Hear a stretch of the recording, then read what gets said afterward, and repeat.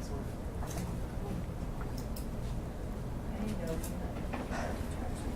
When you look at this slide, or at least when I'm looking at it, you might be thinking, this is going to be the most boring speech ever. And you're not wrong to think that. The typical white background with Arial font in black and a gray subtitle looks like a dead end to me. Business has a strong emphasis in presenting information, and the way that information is presented can make or break your big investment deal. So what if we changed up the subtitle? Moved it around? Maybe the title too. How about some contrast? A dash of color? Okay, now maybe I could look at that for a while. Hi, my name is Alyssa Goldberg, and I am studying business management and entrepreneurship in ISM 1. Okay, so why did I spend so much time on something so little like making my slides look colorful and fun? That's because little things are everything. Business is built on ideas, and ideas are all around us. Entrepreneurship is taking those small ideas and creating them, building them, growing them, and sharing them with the world. I believe in the fact that companies are built upon brainstorming simple ideas. So my quote is about not overlooking the little things, and it is, life moves pretty fast. If you don't stop and look around once in a while, you could miss it. I did a lot of research on business, but today I wanted to share with you 2 articles that I found particularly interesting. The first one is Future Big Businesses. As I read this article, one thing that was really important to me was how the value of the companies will be what drives them in the future. In math and science, it's all about evolving and researching data and taking away information to present it to others, and also about preserving the environment. With companies, business is always going to be a necessity because it's key to growth and success in managing people, the budget, and coming up with new ideas with advancements in technology. And also health, because personal health is really important to people, as well as mental health and having pets and having fun in their lives. So my next article was the most funded campaigns, and everyone in business knows of the famous website Kickstarter. It's a great place to go for entrepreneurs who are looking for funding, or just people who want to see what's new and what's big in business. The first one is Pebble Time on the left, and they made smartwatches, and it made the campaign list twice in 2012 and 2015, getting $20.3 million from investors that are regular people just like you. The coolest cooler and Bobox jacket may not look like it, but they're also great technology products that take simple items and turn them into products that people love. I'm really passionate about conducting interviews because I really like to connect with other people and realizing how we are all connected by our passion for business. I'm inspired by successful professionals that I get to meet and interact with. My first interview was with Mr. Rex Kurzius, the founder and CEO of Asset Panda, and he told me that you should enjoy what you're doing and use that to propel your company. And he also really asked me, do you want to be a creator or work for someone else's creation? And this really made me think about what I wanted to do in my life and if I wanted to work for a startup or if I wanted to create my own. And he also told me that your passion will inspire others to work hard too, so always come to work with a positive attitude and a drive to succeed. Mr. Doug Stamen, who's the founder and president of In Your Face Apparel, told me that even though he runs an apparel company, companies are all very similar in their goals, and it's all about the value and how they will turn a profit. He also told me that there's a window of time to take advantage of opportunities, so don't waste it. My next interview was with Miss Mary Iyer, and she's the Senior Vice President of Technology Program Management at the Bank of America. And she told me to follow your heart, and everything else will build from there. She also told me that everyone has their own special sauce, or what makes you different. And she said that hers was solving problems. So everywhere she went, she found the best way that she could help the company by solving problems and using her special sauce. And she also told me to ask for what you deserve and be confident in the value that you bring to a company. I also got to talk to Mr. John Reese, who's the Chief Strategy Officer and Chief Financial Officer at the National Breast Cancer Foundation. He told me that how to be more efficient and effective drives him in business. And he also told me that everyone has their own toolbox, and they just need to use those tools to succeed. He also used a lot of diagrams to show his ideas, which kind of inspired my original work, which is about how to present effectively with visuals and diagrams, etc. My next interview was with Mr. Mark Zarate, who's the CEO of Cinemark, and he said, to focus on providing a true and good customer experience since he works with movie theaters. And so he also said to go out and visit the places where you're actually providing the value. So you can talk to customers and make sure they're enjoying the experience, seeing what they want more of. And he said that helps his business a lot because they can reflect on those ideas and turn that into revenue. He also told me to plan a lot for the future and don't get stuck in the now of a company, but think about how you can innovate and advance for later. So to start off my original work, I want to tie back in my quote about not overlooking the little things, like opportunities that come your way. Starting a business is hard, and even though presenting may not seem like much, an investor wants to know that you have goals and how you're going to achieve them, and why you want to work with them in the first place. So I wanted to create a presentation guide to help companies through this process. So that leads me to my original work, how to pitch your company to investors. Only 50% of business is creating the value, and about 50% is actually executing the answers, telling the story. If I do all of this work for my ISM projects, but I don't share it with anyone, then nothing's changed. So for my original work, I started by researching articles in Entrepreneur and Forbes and reading the book The Back of the Napkin by Dan Rome. I really love this book because it talked about molding my passion for creativity with business, and he used really relatable examples like how playing poker relates to visualization. I also used Google Slides to put my presentation together, and now I'm going to present it to you.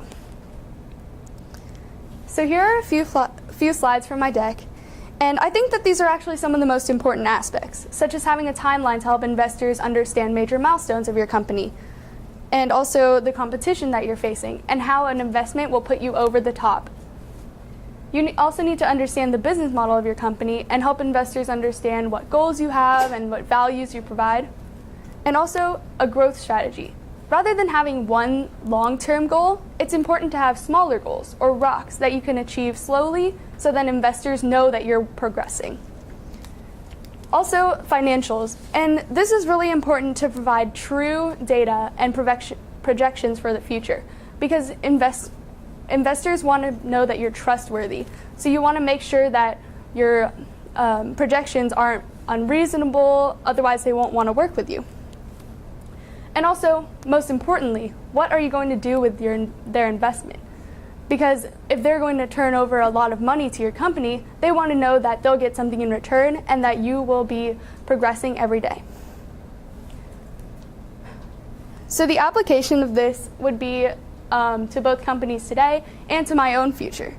So to companies today, it really applies to any company that is looking for funding and wants to grow. And it really comes down to how hard the company is willing to work to get those investors, creating effective presentations, giving them updates, and things like that. It can also help me in my future when I might be building my own company and pitching to investors, or if I'm taking a company to a new level and I want to turn it around, or if I want to build or expand. So some major takeaways were that I really realized why some companies fail to get funding. Maybe they didn't have the right goals or haven't achieved enough, or maybe they didn't build that trustworthy relationship.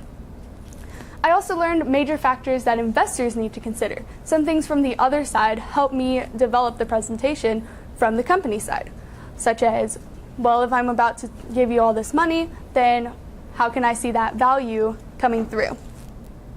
I also learned to provide honest projections and have a solid plan for the future of your company to reiterate that trust.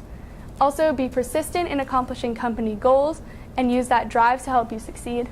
And also be confident in the value of your company.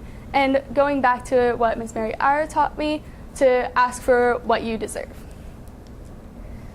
So to move into my mentorship, I was extremely fortunate that I got to have not one but two mentors. And my first one is Mr. Dave Pace, who's the CEO of Jamba Juice. So the moment I walked into the Jamba Juice office, I was immediately in awe that I got to meet some of the top business people in a company that I've loved since I was a little girl. And when I started to talk to Mr. Pace, well, first when I started to walk into his office, I already liked the way how he had a standing up desk and he had huge window panels on two sides of his office. And I was really inspired by his energy and passion for Jamba Juice. and how he really emphasized the importance of having a great company culture and having people around you that will support you, and then you can support them as well. He was really looking to turn the company around, because even though Jamba Juice is still doing well, they're kind of at a static point, and so he's really into the company to turn that around and spark growth. He also really emphasized communicating the value of a company, which kind of related to my original work, and storytelling, and trying to convince audiences of how your company is worth and what they're going to do in the future. And one thing that was really important to me about this mentorship was how inclusive Mr. Pace was, and how I really felt included in meetings and things like that. And he would always ask me for my opinions, and I felt like I was actually valued. So after I met with Dave, he told me that I had to meet Miss Rachel Phillips-Luther, who's the CMO, or Chief Marketing Officer, of Jamba Juice. And she was really dedicated to improving and innovating, and she's extremely passionate about making change and working with others. She even sends out emails to her team to motivate them for the week and inspire them every day. She really had a driven, positive attitude, and also like Dave, she really made me feel like I was a part of her marketing team, and she didn't treat me like I was just some high school student coming in to watch, but she really valued my opinions and always asked me what I thought about designs or business ideas and things like that. So growing up in the Bay Area in San Francisco, Jamba Juices were everywhere, and hey, I wasn't complaining. It was so amazing to get to learn about the company I love so much, and they have more than 900 locations worldwide, and they're also expanding in Texas, which is exciting. And what I really like about them is they use real fruit to blend healthy drinks and bowls that boost nutrition. And I think that this healthy lifestyle that they really value is important in our lifestyle. So a few highlights of my Jamba Juice experience were sitting in on Jamba store design meetings, and I actually got to see plans for the new stores, and they would give me and they would ask for my feedback. And so that was really important to me that they were valuing my opinions. I also got to sit in on a few of Ray's marketing team meetings, and this really helped me to develop my final product and have a deeper understanding of the company.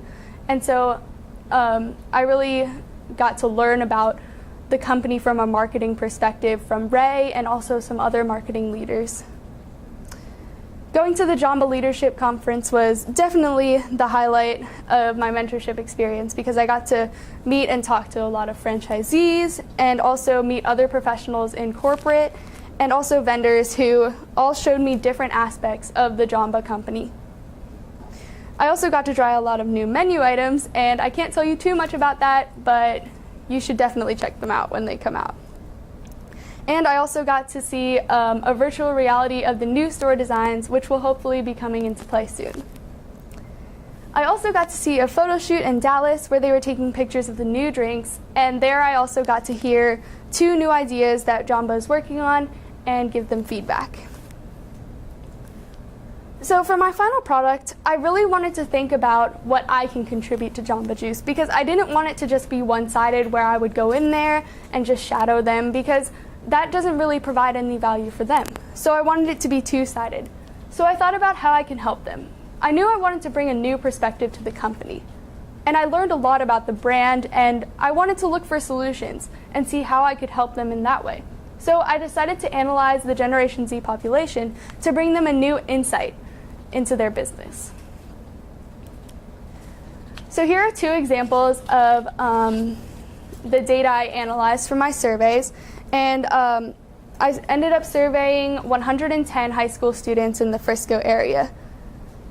And so on the left is what would make you buy more smoothies. And so I organized the responses by percentage, and also how often do Gen Z consumers drink smoothies, and also by percentage in a pie chart. So I'm not quite done with this portion of my product yet, but here are 2 of the problems and solutions that I'm working on. And I'm not 100% on how much I can share about this, so I will let you know at my final presentation night. So my application for my final product was that I got to learn about a lot of new ideas for Jamba and a lot of new ideas that I want to contribute as well. And so I hope that by doing this product, I will help Jamba gain a deeper understanding of the Generation Z consumer market and help them tailor their future products and stores to really attract that market. And I've already been talking about it with my mentors, but I'm hoping to present to various teams at Jamba Juice, such as the marketing team, as well as the culinary team, to answer questions from them and help them understand the Generation Z population as I have come to. So I'm still kind of learning right now in my final product, but as of right now, I'm learning how to take surveys and understand the consumer base. I'm learning how to analyze business strategies of a company and develop my own, and also brainstorming new ideas to come up with solutions and learn about new trends that I think can drive revenue. And I will continue to update that for my final presentation night after I finish my product. So, although I have loved high school for the most part, I'm excited for the next steps in my education and my life. I'm so excited to be attending the University of Southern California in the USC Iovine and Young Academy, Fight On, in majoring in arts technology and the business of innovation, and possibly minoring in economics and business, but we'll see how the course load goes. And so this program is really incredible because we actually get to work in a classroom known as the Garage, and it's a very interactive classroom where we work in groups, and it's actually designed to be a cohort, which means that we take the same classes with the same 30 students throughout definitely our freshman year and also sometimes in the following years. And so I think this will really help me gain a deeper understanding of business, as well as combining other aspects that I'm passionate about, such as graphic design and technology. And so I really look forward to expressing my aspirations in entrepreneurship there, and also meeting a lot of new people that will introduce me to other aspects of a possible career choice. So I've absolutely loved being a part of the ISM program in Frisco High School, and I never imagined that walking into this program I would get to meet and let alone work with the CEO and CMO of Jamba Juice. This has been more than just another class in my schedule, but rather an experience that I will remember forever. I would like to thank Coach Goff for always being there for me when I need help or advice or just to share about my mentor visits. She truly makes the Frisco ISM program amazing. I would also like to thank my family for always being so supportive throughout my entire high school career and being supportive of a far move to the West Coast. And of course, my incredible mentors who both inspire me every day to dream bigger. I could not imagine any other mentorship being this incredible. Thank you all for listening.